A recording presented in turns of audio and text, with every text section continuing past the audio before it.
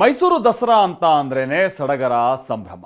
ಕಳೆದ ಬಾರಿ ಈ ಸಂಭ್ರಮದ ವಾತಾವರಣದಲ್ಲಿ ದಸರಾ ಉದ್ಘಾಟಕರ ವಿವಾದದ ವಿಚಾರ ಇತ್ತಲ್ಲ, ಅದು ಸ್ವಲ್ಪ ಭುಗಿಲೆದ್ದಿತ್ತು. ಪ್ರತಿ ವರ್ಷನೂ ಕೂಡ ಈ ಥರದ್ದು ಏನಾದರೂ ಒಂದೊಂದು ಕಿರಿಕಿರಿ ಇದ್ದೇ ಇರುತ್ತೆ. ಅದು ಮೈಷಿ ದಸರಾನೋ ಮತ್ತೊಂದು ಈ ಥರದ್ದು ಏನಾದರೂ.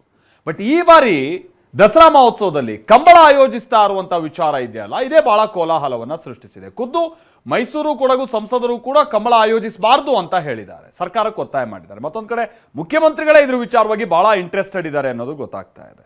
ವಿಷಯ ಹೀಗಿರುವಂತಹ ಸಂದರ್ಭದಲ್ಲಿ ಆ ಕಂಬಳ ಆಯೋಜನೆ ಮಾಡುವಂಥ ಪ್ರದೇಶದಲ್ಲಿ ಕಡಿದಿರುವಂಥ ಕೆಲ ಮರಗಳಿದೆಯಲ್ಲ, ಅದು FIR ದಾಖಲಾಗುವಷ್ಟರ ಮಟ್ಟಿಗೆ ಹೋಗಿದೆ. ಬನ್ನಿ ಏನಾಗ್ತಾ ಇದೆ ಈ ವಿಚಾರವಾಗಿ ರಿಪೋರ್ಟಲ್ಲಿ ನೋಡ್ಕೊಂಬ.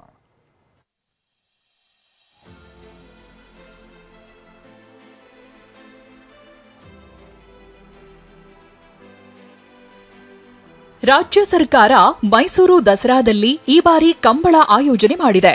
ಕರಾವಳಿಯ ಸಾಹಸ ಕ್ರೀಡೆಯನ್ನ ಸಾಂಸ್ಕೃತಿಕ ನಗರಿಯಲ್ಲಿ ಪ್ರದರ್ಶಿಸುವುದಕ್ಕೆ ಮುಂದಾಗಿದೆ.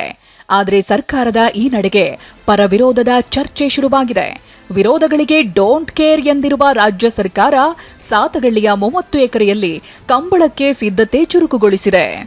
ನಾನೀಗ ಮೈಸೂರಿನ ಸಾತಗಳ್ಳಿಯಲ್ಲಿದ್ದೇನೆ. ನೀವು ನೋಡ್ತಾ ಇರಬಹುದು, ಇಲ್ಲಿರುವಂತಹ JCBಗಳನ್ನು 5ಕ್ಕೂ ಹೆಚ್ಚು JCBಗಳನ್ನು ಬಳಸಿಕೊಂಡು, ಇಟಾಚಿ ವಾಹನಗಳನ್ನ ಬಳಸಿಕೊಂಡು, ಟ್ರ್ಯಾಕ್ಟರ್ನ ಬಳಸಿಕೊಂಡು ಈಗಾಗಲೇ ಈ ಒಂದು ಸಾತಗಳ್ಳಿಯ ಈ ಒಂದು 30 ಎಕರೆ ಪ್ರದೇಶ ಏನಿದೆ, ಇಲ್ಲಿ ಕಂಬಳವನ್ನು ಆಚರಿಸಿಯೇ ತೀರಬೇಕು ಅಂತೇಳಿ ಎಲ್ಲ ಸಿದ್ಧತಾ ಕಾರ್ಯಗಳನ್ನು ನಡೆಸ್ತಾ ಇರುವಂಥದ್ದು. ಆ ಭೂಮಿಯನ್ನು ಸಮತಟ್ಟು ಮಾಡುವಂತಹ ಕೆಲಸವನ್ನು ಈಗಾಗಲೇ JCB ಮುಖಾಂತರವಾಗಿ, ಇಟಾಚಿ ವಾಹನಗಳ ಮುಖಾಂತರವಾಗಿ, ಟ್ರ್ಯಾಕ್ಟರ್ಗಳ ಮುಖಾಂತರವಾಗಿ ಮಾಡ್ತಾ ಇರುವಂಥದ್ದು.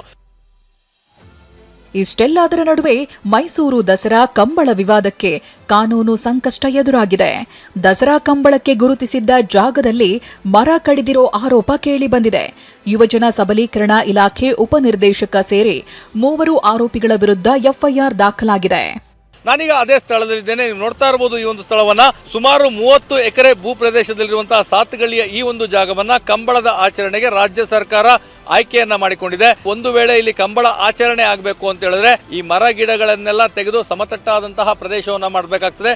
ನೀವು ಕಣ್ಣಾಯಿಸಿದಷ್ಟು ದೂರ ಈ ರೀತಿಯಾದಂತಹ ಮರ ಗಿಡಗಳನ್ನೇ ಕಾಣ ಸಿಗುವಂಥದ್ದು. ಹೀಗಾಗಿ ಪರಿಸರವಾದಿಗಳಿಂದ ತೀವ್ರ ವಿರೋಧ ವ್ಯಕ್ತವಾಗ್ತಾ ಇರುವಂಥದ್ದು. ಈ ಎಲ್ಲಾ ಕಾರಣಗಳನ್ನ ಮುಂದಿಟ್ಟ ಬಿಜೆಪಿ ನಾಯಕರು ಕಂಬಳ ಆಯೋಜನೆಗೆ ಇರುವ ವಿರೋಧವನ್ನ ಮುಂದುವರೆಸಿದ್ದಾರೆ. ದಸರಾ ಅಂತ ಹೇಳಿದ್ರೆ ನಾಡ ಹಬ್ಬ, ಇದು ಒಂದು ಆಚರಣೆ ಹಿಂದಿನಿಂದಲೂ ಕೂಡ ಅದರದ್ದೇ ಆದಂಥ ಒಂದು ಪದ್ಧತಿ ಇದೆ, ಪರಂಪರೆ ಉಳಿಸ್ಕೊಂಡು ಬಂದಿದ್ದಾರೆ. ಅದರಲ್ಲೇ ಕಂಬಳವನ್ನು ತಂದು ಸೇರಿಸುವಂಥದ್ದು ಆಗಬಾರ್ದು ಅನ್ನೋ ಅಪೇಕ್ಷೆ ಮಹಾರಾಜರದ್ದು ಕೂಡ ಇದೆ. ಆ ಭಾಗದ ಜನಪ್ರತಿನಿಧಿಗಳು, ಜನರ ಅಪೇಕ್ಷೆ ಕೂಡ ಅದೇ ಇರುವಂಥದ್ದು. ದಸರಾಗೆ ಒಂದು ಮಹತ್ವ ಇದೆ. ಆ ದಸರಾ ಯಾವ ರೀತಿ ಪಾರಂಪರಿಕವಾಗಿ ನಡೆದು ಬಂದಿದೆಯೋ ಅದಕ್ಕೆ ಬೇರೆ ಬೇರೆಗಳನ್ನ ಸೇರಿಸೋದ್ರಲ್ಲಿ ಅರ್ಥ ಇಲ್ಲ.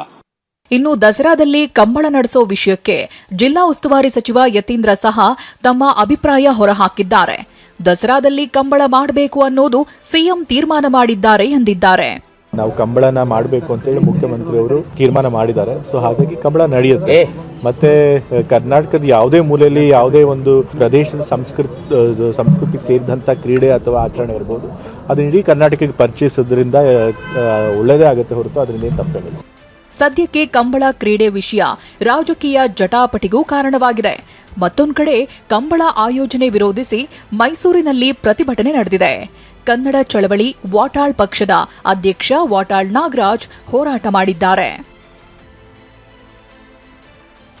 ಮೈಸೂರಿನಿಂದ ರಾಮ್ ಜೊತೆ ಈರಣ್ಣ, TV9 ಬೆಂಗಳೂರು.